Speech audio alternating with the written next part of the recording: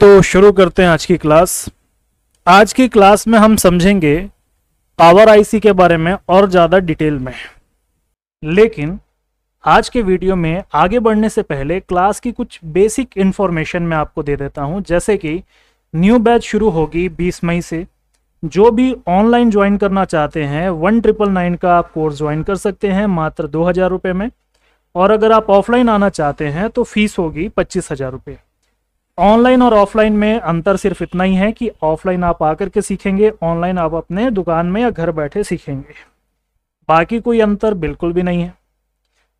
Course का syllabus जो offline है वही ऑनलाइन है। टाइम ड्यूरेशन, सिलेबस, टॉपिक्स, जो चीज़ें मैं ऑफलाइन जितनी डिटेल में बताऊंगा उतना ही ऑनलाइन भी बताऊंगा। ऑनलाइन उनको आना है जिनको बेसिक रिबॉलिंग की स्किल है, जिनको पता है, थोड़ा बहुत रिपेयर जानते हैं, फॉल्ट फाइंडिंग बेसिक कर लेते हैं, कहीं से मोबाइल रिपेयर का कोर्स किए हैं, इसके बाद भी रिपेयर करने में थोड़ी बहुत दिक्कत जाती है तो उनके लिए है। और ऑफलाइन का जो कोर्स है उनके लिए जो बिल्कुल फ्रेशर है। और अगर आप बाहर से हो तो फिर मेरी एक एडवाइस आपके लिए है कि आप अपने आसपास के किसी भी सस्ते इंस्टीट्यूट में जाओ, जैसा मैं हर वीडियो में बोलता हूँ। क्योंकि महंगे इंस्टीट्यूट में जाओगे तो फिर आपको बड़ा चूना लगने वाला है। इसलिए आप सस्ते इंस्टीट्यूट में जाओ जो 10-12 हज़ार में सिखाता हो, 15 हज़ार में सिखाता हो। वहाँ जाके बेसिक रिपेयरिंग सीखो, काम करने लगो। थोड़ा बहुत सॉल्यूशन यूट्यूब से आपको देखने को मिलेगा, वो सब आप करना शुरू तो करो कम से कम। उसके बाद आपको पता चलेगा कि बेसिक रिपेयरिंग में जो हमको नीड है स्किल की, क्या क्या चीज़ हमको और गहराई में सीखना है, डीप नॉलेज कौन कौन से टॉपिक्स पर, सेक्शन पे ज़्यादा हमको दिक्कत जाती है, ज़्यादा प्रॉब्लम कौन सी आती है, ठीक है, प्रॉब्लम को कैसे आप बेसिक डायग्नोस करते हैं, ये सब की प्रैक्टिस हो जाएगी। उसके बाद आप किसी महंगे इंस्टीट्यूट में जाओ या ऑनलाइन करो, ठीक है, वो आपके ऊपर है। बाकी मैंने जो अपने इस फील्ड में, मोबाइल रिपेयरिंग की फील्ड में अनुभव किया है कि डायरेक्ट महंगे इंस्टीट्यूट में मत जाओ, ठीक है। बाकी सेल्फ लर्निंग वाले जो भाई हैं वो तो बोलता ही हूँ कि बेसिक इलेक्ट्रॉनिक्स पढ़ो, गहराई से पढ़ो। जो भी बुक मिलती है इलेक्ट्रॉनिक्स में ट्रबल शूटिंग से रिलेटेड पढ़ सकते हो, ठीक है। तो अभी एक चीज़ मैं और बोलूँगा कि इस कोर्स की ज़रूरत किसको है, ठीक है। तो सबसे पहले अगर आप मोबाइल रिपेयर का कोर्स ज्वाइन कर रहे हो तो पहले आप अपनी ज़रूरत को समझो। अगर आपको इलेक्ट्रॉनिक्स में अगर नॉलेज कम है, मतलब कि आपको अगर ये चीज़ नहीं समझ आती कि वोल्टेज और करंट में क्या डिफरेंस होता है, एसी और डीसी को आप कैसे समझ सकते हैं, कैसे ये काम करता है, फ्रीक्वेंसी में अगर आपको थोड़ी दिक्कत जाती है समझने में, तो ये कोर्स आपके लिए है। इसी प्रकार से ये कंप्लीट सिलेबस है हमारा, जिसमें कि कंपोनेंट्स के बारे में डिटेल नॉलेज है। जितने भी कंपोनेंट्स हमारे फ़ोन के अंदर होते हैं, रजिस्टर से लेके ट्रांजिस्टर और एक्सओआरटीसी तक। इसके बाद में होता है सेक्शन वाइज, उसमें सिंगल पावर, डुअल पावर, फिर सीपीयू में जाएंगे, सीपीयू की डीप एक्सप्लेनेशन होगी। जो 4G फ़ोन में सीपीयू होते थे और 5G में क्या उसमें डिफरेंस आया है, ये सारी चीज़ों का अपडेट हमको कहाँ से मिलता है, कैसे हम इसको R&D करते हैं, रिसर्च एंड डेवलपमेंट, उसके बारे में इंफॉर्मेशन मिलेगी। फॉल्ट फाइंडिंग करने की हमारी क्या टेक्निक्स होती है। अगर आपको फॉल्ट फाइंड करने में दिक्कत जा रही है या फॉल्ट फाइंड आप कर लेते हो, फॉल्ट फाइंड करने के बाद में समझ में आता है कि ये तो हमने फाइंड कर लिया, रिपेयर कर लिया, लेकिन अब भी दिक्कत बनी हुई है, सेम प्रॉब्लम बनी है, तो फिर आप कैसे उसको हैंडल करते हैं, कैसे आपको रिपेयर करना चाहिए, उसके बारे में कंप्लीट इन्फॉर्मेशन आपको क्लास में मिलेगी। उसके बाद में हम आएंगे चार्जिंग सेक्शन की तरफ। तो यहाँ पर आ जाता है normal charging section, BQ, PMI, MTK, 5G charging circuit, fast charging, ये सारी चीज़ें। इसके बाद ऑडियो सेक्शन, डिस्प्ले सेक्शन, फिर हम पढ़ेंगे नेटवर्क सेक्शन को बहुत डिटेल में, जिसमें हम एक एक IC के बारे में उसकी पूरी वर्किंग जानेंगे। जैसे कि यहाँ पर है working of 2G PA, 3G 4G, APT, WTR, SDR, MTK। उसके बाद 5G में जब हम जाएंगे तो वहाँ पर हम पढ़ेंगे DP-DT स्विच के बारे में, duplexer, LBPA, MHBPA, WTR, dual APT। ये सब हमको अच्छे से स्टडी करना ही होगा, नहीं तो हम नेटवर्क सेक्शन को डीपली रिपेयर नहीं कर पाएंगे। आप वीडियो देखते होंगे कि कहीं पर कोई बोर्ड को स्क्रैच कर रहा है, कोई पावर उठा रहा है, कहीं से जंपर बाईपास कर रहा है, और हम ये सोच नहीं पाते कि ये क्यों हो रहा है, क्योंकि सर्किट की नॉलेज नहीं। इसीलिए सर्किट की गहराई से आपको नॉलेज लेनी होगी, तभी आप ये सारी चीज़ें कर पाएंगे। और उसी प्रकार से आखिरी जो पेज है हमारा, डे 32 से लेके 36 तक हम स्टडी करेंगे डेड मोबाइल के बारे में, जिसमें आएगा how to repair dead mobile, boot sequence, जो अभी इस वीडियो में एक प्रेजेंटेशन है। प्रेजेंटेशन नहीं बोलेंगे, ये एक डेमो क्लास है हमारी तरफ से।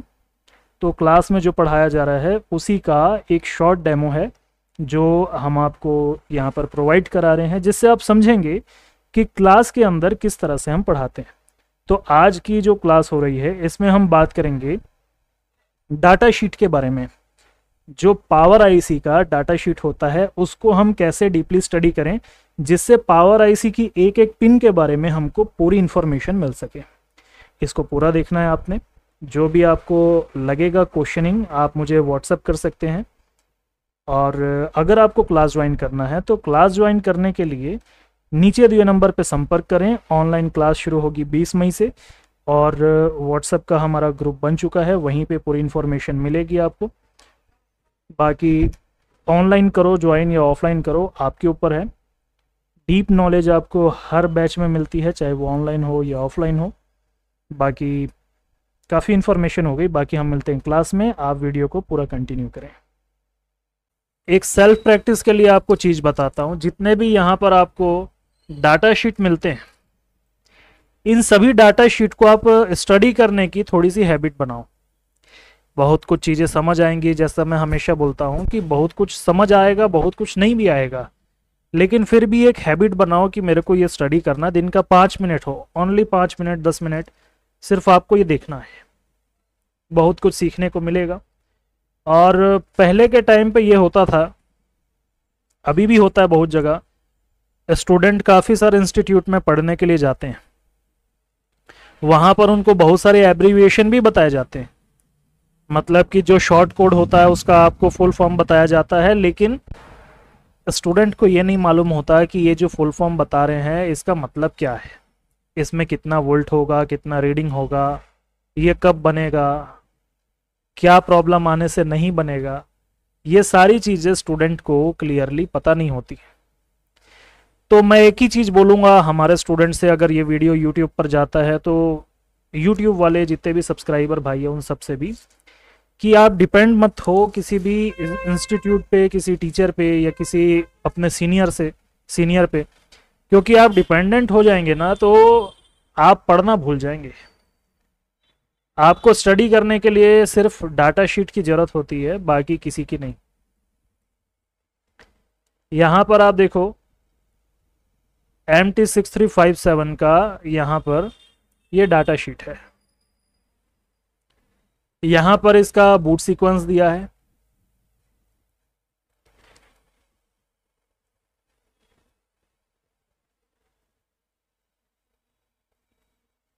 यहाँ पर आपको बताया है आईसी के जितने भी बॉल्स है, कौन सा ग्राउंड होगा, कौन सा वोल्टेज इनपुट होगा, आउटपुट होगा।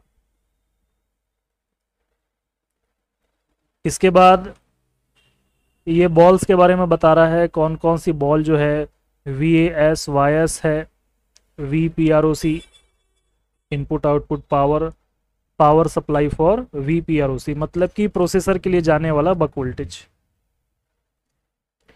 तो यहाँ पर पूरे पिन की डिटेल दे रहा है। मतलब कि कहने का मतलब ये है, समझ पाएंगे कि नहीं, देखते हैं। इस चीज़ को अभी कंटिन्यू करना है।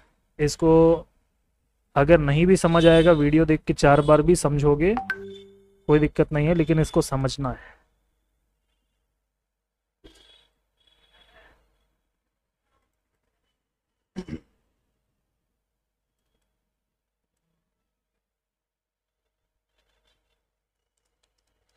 जितना हो सके पावर आईसी और सीपीयू को डिटेल में स्टडी करो। उसके बाद कोई भी ऐसा फ़ोन नहीं होगा जो आपसे रिपेयर ना हो।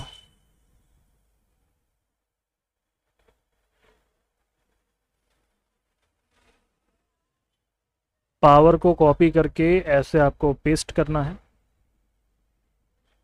पेस्ट करने के बाद में जो VPROC है, प्रोसेसर है, ये आउटपुट हो रहा है, ठीक है, power supply of VPROC A4, B4 और C4। यहाँ पर वोल्टेज इनपुट हो रहा है, A4, B4 और C4। यहाँ पर बोल रहा है इनपुट बॉल्स के बारे में बता रहा है।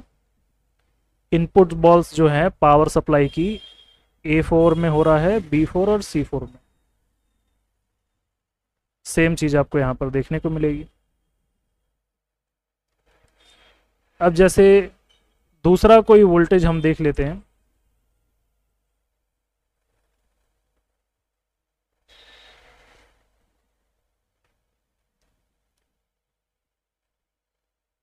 Power supply of V modem, उसके लिए A13 और B13।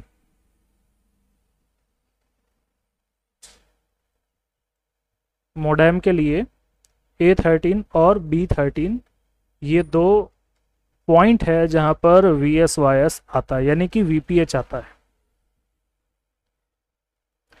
तो यहां पर ऐसे आपको डिटेल में सारी चीजें मिलेंगी, और कौन सा लाइन पावर है, कौन सा ग्राउंड है, ये भी आपको पता चलेगा।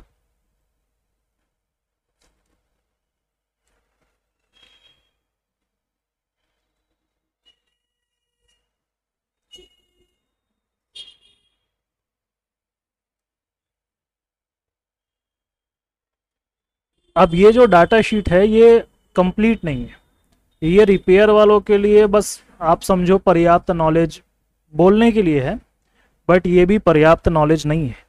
नॉलेज इससे ज़्यादा होनी चाहिए। ये बहुत बेसिक चीज़ है। अगर इसको कंप्लीट बोला जाए तो कंप्लीट इसको हम नहीं बोल सकते।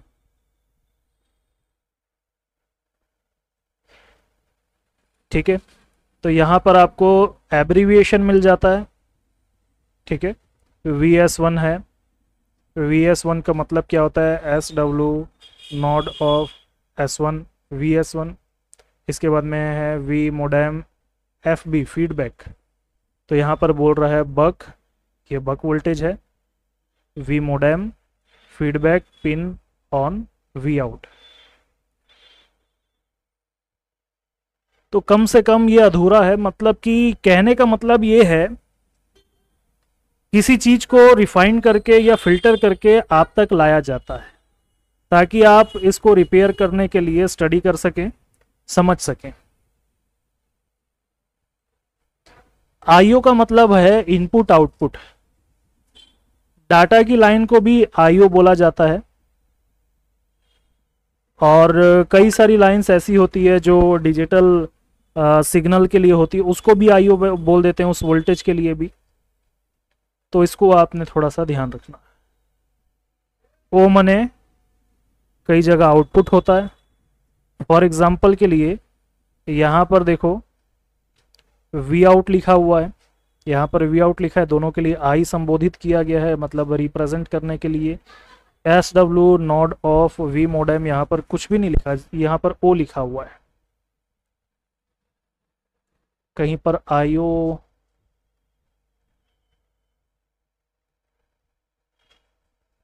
ये है IO ऑडियो कंट्रोल इंटरफेस, मतलब ये इनपुट आउटपुट डाटा वाली लाइन होती है। यहाँ पर आप देख सकते हो AUD DAT मने डाटा, MOSI मौसी मने मास्टर आउट स्लेव इन। काफ़ी सारे GPIO में भी इन आउट वाला सिस्टम होता है, मतलब इन आउट एक रिप्रेजेंट करता है, यहाँ से आवन जावन दोनों चलता है। ठीक है, तो जैसा कि मैं बता रहा था कि ये जो डाटा शीट है ये शुरुआत है, कंप्लीट नहीं है। इसका मतलब ये नहीं कि ये काम का नहीं है, ये शुरुआत है। इससे आपको ये आइडिया लगेगा कि एब्रीविएशन, उसका फुल फॉर्म और उसकी बेसिक वर्किंग इससे समझ में आने लगेगी। और जो नहीं आएगा, क्लास के बाद भी आप मुझसे पूछ सकते हैं कि ये एब्रीविएशन है, इसका मतलब क्या होगा, ये कैसे काम करेगा, कब एक्टिव होगा, एक्टिव नहीं होगा तो क्या होगा। इस टाइप के जो भी आपको नई चीज़ें मिलेंगी, आपके दिमाग में कोई क्वेश्चन आएगा, क्लास ख़त्म होने के बाद भी आप पूछ सकते हैं। ये सभी के लिए, क्योंकि स्टडी करोगे तो कभी भी स्टडी आपकी पूरी होने वाली नहीं, हमेशा कुछ ना कुछ नया आपको मिलता जाएगा। देखो, कोई भी एक पुराने मॉडल का भी आप पावर आईसी उठा सकते हो, जरूरी नहीं है कि आप हर बार आपको नए मॉडल का डाटा शीट मिलेगा ही नहीं, मिलेगा तो कुछ अधूरा मिलेगा। देखो, पुराना मॉडल है तो इसका पूरा का पूरा डाटा शीट अवेलेबल है, मैंने ज्यों का त्यों होता है, मतलब जितना कंप्लीट उतना आपको यहाँ पर मिल जाएगा। अब इसको पढ़ने में तो काफ़ी टाइम लगेगा, क्योंकि पढ़ने की हैबिट अगर नहीं है तो बहुत टाइम लगेगा। लेकिन ये चीज़ ज़रूर होता है, मैंने देखा है स्टूडेंट जब यहाँ पर पढ़ने आते हैं तो उनको बोला जाता है कि मेरे पास काफ़ी सारी बुक्स रखी हुई है, तो इसमें से मैं वो मार्किंग करके रखा हूँ कि ये सारी चीज़ें आप पढ़ सकते हो, हिंदी इंग्लिश दोनों में अवेलेबल है। तो बेसिक इलेक्ट्रॉनिक्स की तो पढ़ना है, उसमें से मुश्किल से आप मान के चलो 1 पेज या 2 पेज तक ही कोई पढ़ता है। लेकिन उसकी जगह मान लो कोई गर्लफ्रेंड का मैसेज आप देख लो, 2-2 पेज में भी अगर आ जाता तो भी वो आदमी पढ़ लेगा, कोई भी हो, मैक्सिमम जितने भी लोग हैं। अगर गर्लफ्रेंड मैसेज भेज रही है तो 2-3 पेज भी पढ़ सकता है, लेकिन अगर कोई काम की चीज़ है तो उसको लोग नहीं पढ़ते, तो यही समस्या है।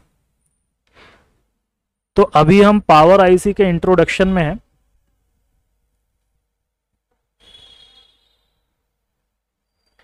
तो यहाँ पर आप देख लो, डाटा शीट है, इसका आपको introduction, pin definition, electrical specification, ठीक है। मैकेनिकल इन्फॉर्मेशन की उतनी खास ज़रूरत नहीं होती है, फिर भी थोड़ा बहुत आप देख सकते हो अगर देखना चाहते हो। ये है पीसीबी माउंटिंग गाइडलाइंस। तो अभी यहाँ पर आप देखोगे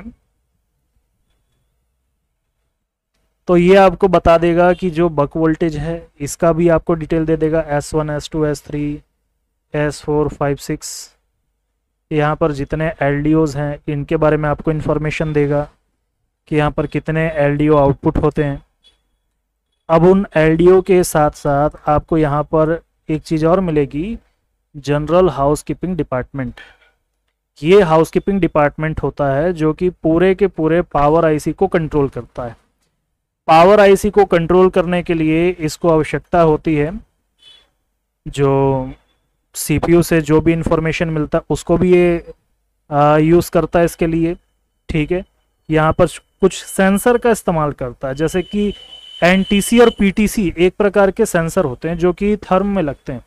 तो पीए थर्म हो गया, VREF हो गया, एनालॉग इनपुट टू स्विचेस, उसके बाद में है स्लिप क्लॉक आउटपुट, ये हो गया किलोहर्ट्ज़, RF CLK आउटपुट, उसके बाद में है BBCLK BBCLKX आउटपुट। ये थोड़ा सा अलग तरीके का आपको दिखेगा क्योंकि डाटा शीट है। आउटपुट इनेबल है ये। तो ये EN सिग्नल हो गया जो CPU की तरफ से आता है। अब इसके साथ में यहाँ पर है digital audio from the MSM chipset, MSM की तरफ से आता है, यानी कि प्रोसेसर की तरफ से। ये इसका ब्लॉक डायग्राम है जो कि बेसिक इंफॉर्मेशन देता है और इसकी इंटरनल इंफॉर्मेशन देता है। इसको अगर आप डिटेल में स्टडी करोगे तो आपको बहुत कुछ जानने को मिलेगा।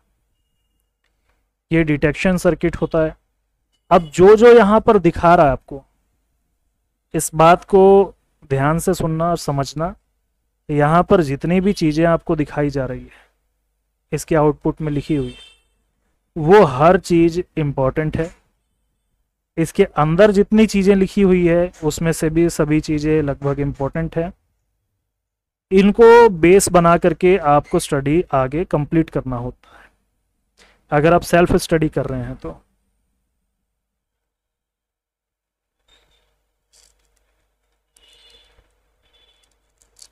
बोर्नियो से पीडीएफ डाउनलोड करने का कोई तरीका मुझे नहीं मालूम है और ज़रूरत भी नहीं है। बोर्नियो में जितनी चीज़ें आपको पीडीएफ में मिलती है, पीडीएफ फॉर्म में, वो गूगल में ऑलरेडी अवेलेबल है और ये सारी चीज़ें नॉट फॉर सेल होती है जो फ्री वाली है।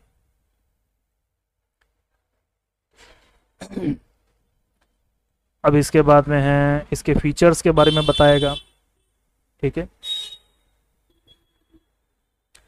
ये फीचर्स को भी आप स्टडी कर सकते हैं। फीचर स्टडी करने से आपको हैबिट बनती है इसके बारे में जानकारी लेने के लिए, इंट्रोडक्शन के लिए, डीप नॉलेज के लिए। ये आपकी हैबिट में होना चाहिए।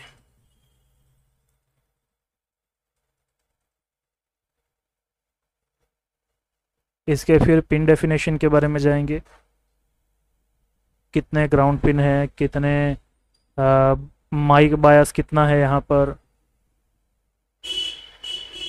इनपुट और आउटपुट जितने भी हैं, इसके बारे में डिटेल नॉलेज होगी।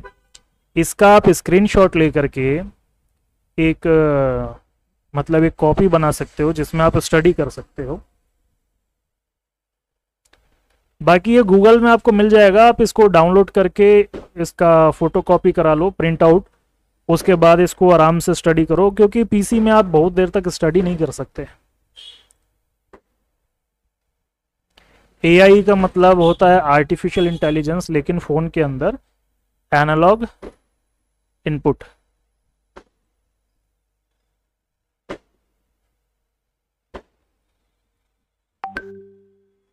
अब इसके बारे में यहाँ पर इंफॉर्मेशन भी देता है। ठीक है, बेसिक इंफॉर्मेशन है, ये बहुत ज़्यादा नहीं है लेकिन है। डीआई का मतलब होता है डिजिटल इनपुट, डिजिटल इनपुट हो गया। उसके बाद में है डीओ, डिजिटल आउटपुट। जीएनडी मैंने आपको मालूम ही है। ये है pi, power input. PO, power output. Z है हाई इम्पिडेंस, हाई बोल रहा है, जेड के लिए संबोधित कर रहा है। ठीक, ये इम्पिडेंस वाला जो होता है, ये आपको लाइन मैंने पुरानी क्लास में जो बताया था वही है, जो इम्पिडेंस के बारे में किसी ने पूछा था। डीवीडीडी है, एवीडीडी है, इसका पूरा डिटेल यहाँ पर आपको इन्फॉर्मेशन भी मिलता है और सब कुछ मिलता है।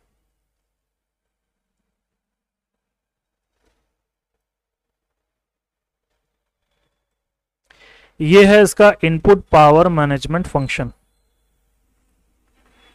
ये लगभग वैसा ही है, लगभग नहीं, ये पूरा का पूरा वैसा ही है जैसा आपने यहां पर इसको समझा। अब मैंने बोला कि ये आपको बेसिक इंफॉर्मेशन देता है, तो बेसिक ही देता है, ये आपको कंप्लीट इंफॉर्मेशन नहीं देता। यहां पर इसने क्या बोल दिया, पिन डिस्क्रिप्शन के बारे में, बस इसने बोल दिया पिन डिस्क्रिप्शन। ये पिन है, इसका थोड़ा बहुत इसको डिस्क्राइब किया हुआ है वहां पर, यहाँ पर। अब इसने क्या बोला, इनपुट पावर मैनेजमेंट फंक्शन। यहाँ पर कितने पैड होते हैं, सिंगल पैड वीपीएच पावर के लिए। ठीक है, इसके बाद में कुछ नहीं, पैड टाइप पीआई, मतलब यहाँ पर था पीआई का मतलब पावर इनपुट। ये है प्राइमरी फोन पावर।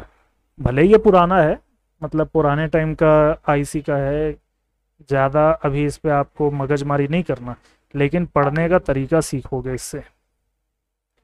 इसके बाद में आएगा आउटपुट पावर मैनेजमेंट फंक्शन। पहले ये इनपुट आया, इनपुट में क्या क्या चीज़ें हैं डिटेल में आपको बताया। उसके बाद आउटपुट के बारे में यहाँ पे इंफॉर्मेशन देगा, पिन नंबर 64, 65, VDD-S1, और ये power input buck converter S1 supply voltage के लिए। बक कन्वर्टर S1 जो सप्लाई है उसको जनरेट करने के लिए, बनाने के लिए इनपुट देना होगा 64 और 65 में। अब ये हुआ एलडीओ ड्रॉप। एलडीओ का मतलब होता है लीनियर ड्रॉप आउट या लीनियर रेगुलेटर्स। हर जगह अलग अलग आपको लिखा हुआ मिलेगा। जितना पढ़ोगे उतने आपके पास शब्द होंगे बोलने के लिए। अब हम पढ़ा रहे हैं, पढ़ाने के लिए हमारे लिए एक अच्छी चीज़ ये होती है कि दिन में जो भी हम सेट रिपेयर करते हैं वो तो अलग चीज़ है, ठीक है, लेकिन पढ़ाने के लिए हम रिसर्च करते हैं। अगर मेरे को कोई बोलेगा कि आप रिसर्च करो लेकिन पढ़ाओ मत, तो मैं बेसिक रिसर्च करूंगा जितने मेरे काम की है, ज़्यादा डीप नॉलेज में नहीं जाऊंगा। जो मेरे काम आ रहा है मैं उतना पढ़ूंगा। लेकिन अगर मेरा काम पढ़ाने का है, सिखाने का है, तो मेरे को उतना पढ़ना होगा जितना सिखाने के लिए जरूरी है। तो जितना आप पढ़ना चालू करोगे उतनी नई नई चीजें मिलती जाएंगी। अभी मैं आपको इसका इंट्रोडक्शन दे रहा हूं। इंट्रोडक्शन में आपको बहुत कुछ जानने को मिलेगा, लेकिन जब आप इसको पढ़ना शुरू करोगे तो एक्सट्रीम लेवल का मिलेगा, ठीक है। इस पे है आउटपुट पावर मैनेजमेंट फंक्शन, जितना भी ये बता रहा है, एलडीओ जितने होते हैं सबका। इसके बाद में है जनरल एच के फंक्शन। अब वो जनरल एच के फंक्शन कौन सा है, अब आप ही बताओ। इसको हटा देता हूँ यहाँ से। एच के बारे में मैंने आपको पढ़ाया था।